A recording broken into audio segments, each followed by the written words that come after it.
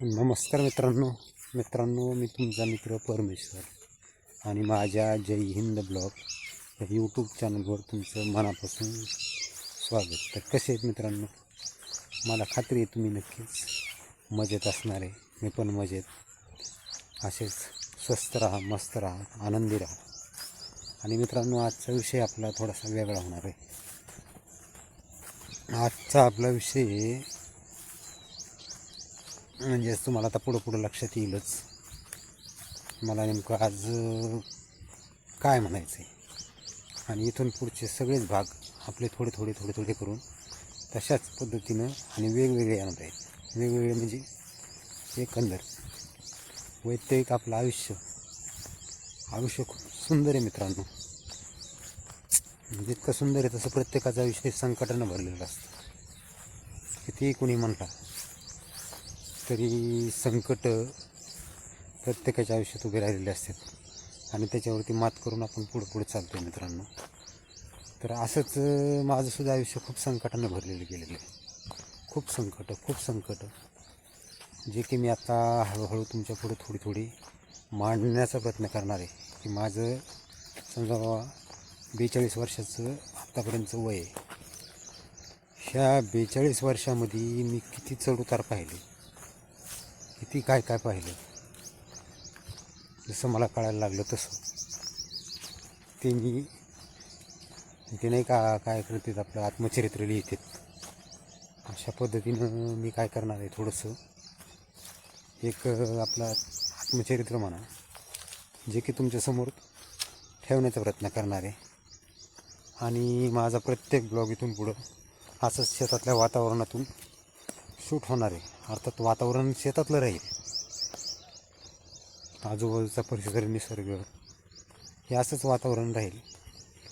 पण मित्रांनो, विषय मात्र माझ्याच आयुष्यावरती फिरणारा असणार आहे. तर मला खात्री आहे नक्कीच मला हे ब्लॉग आवडतील.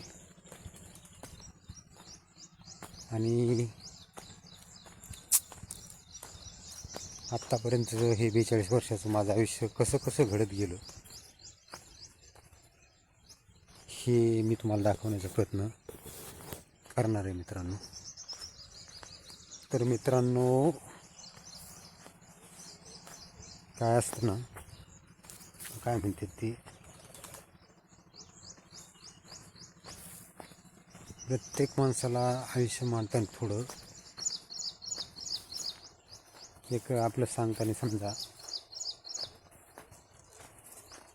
जे बारकावे आहेत, जे चढउतार आहेत, ते कसे मांडायचे, कसे काय करायचे.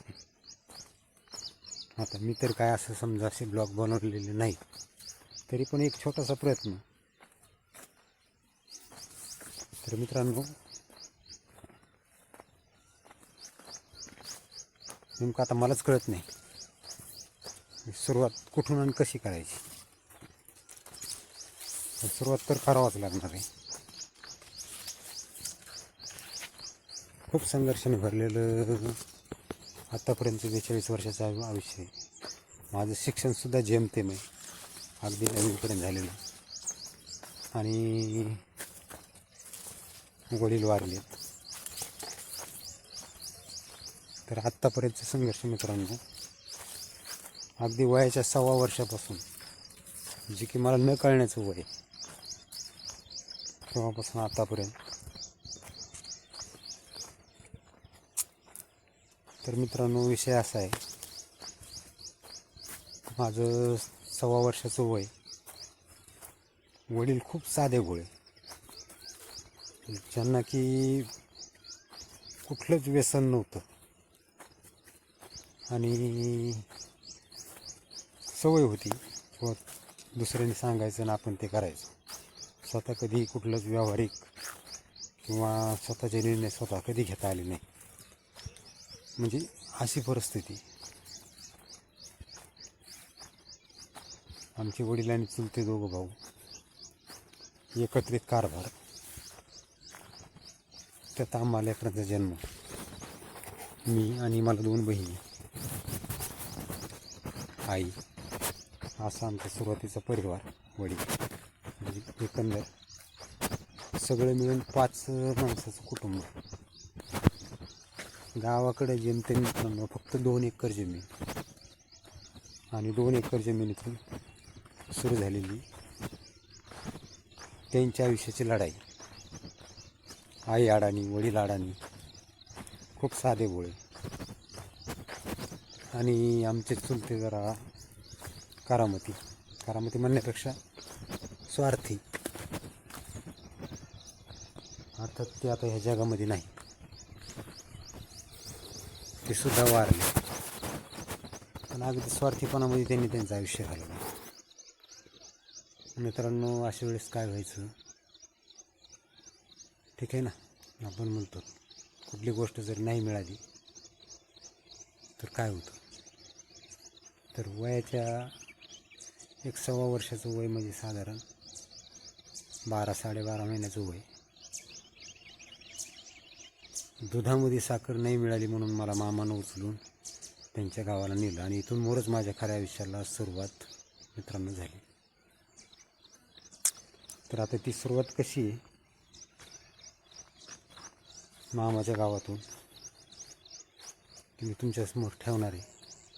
आणि अर्थातच माझ्या पूर्ण जीवनाचा उरगाडा उद्यापासूनच्या भागामध्ये तुम्हाला नक्कीच पाहायला मिळणार आहे.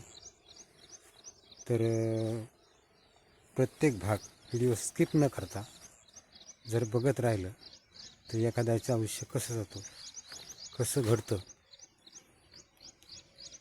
आणि जिद्दीवर कितीही संकट आली तरी साधारण परिस्थितीतसुद्धा आपण त्या संकटावरती मात करून प्रत्येक संकटाला बत्तीशी दाखवून पुढं कसं जात राहतो हे तुम्हाला पाहायला मिळणार आहे. तर उद्यापासून माझा येणारा प्रत्येक ब्लॉग हा तुम्ही स्किप न करता मनापासून बघा. चला मित्रांनो, आजच्या ब्लॉगमध्ये एवढंच.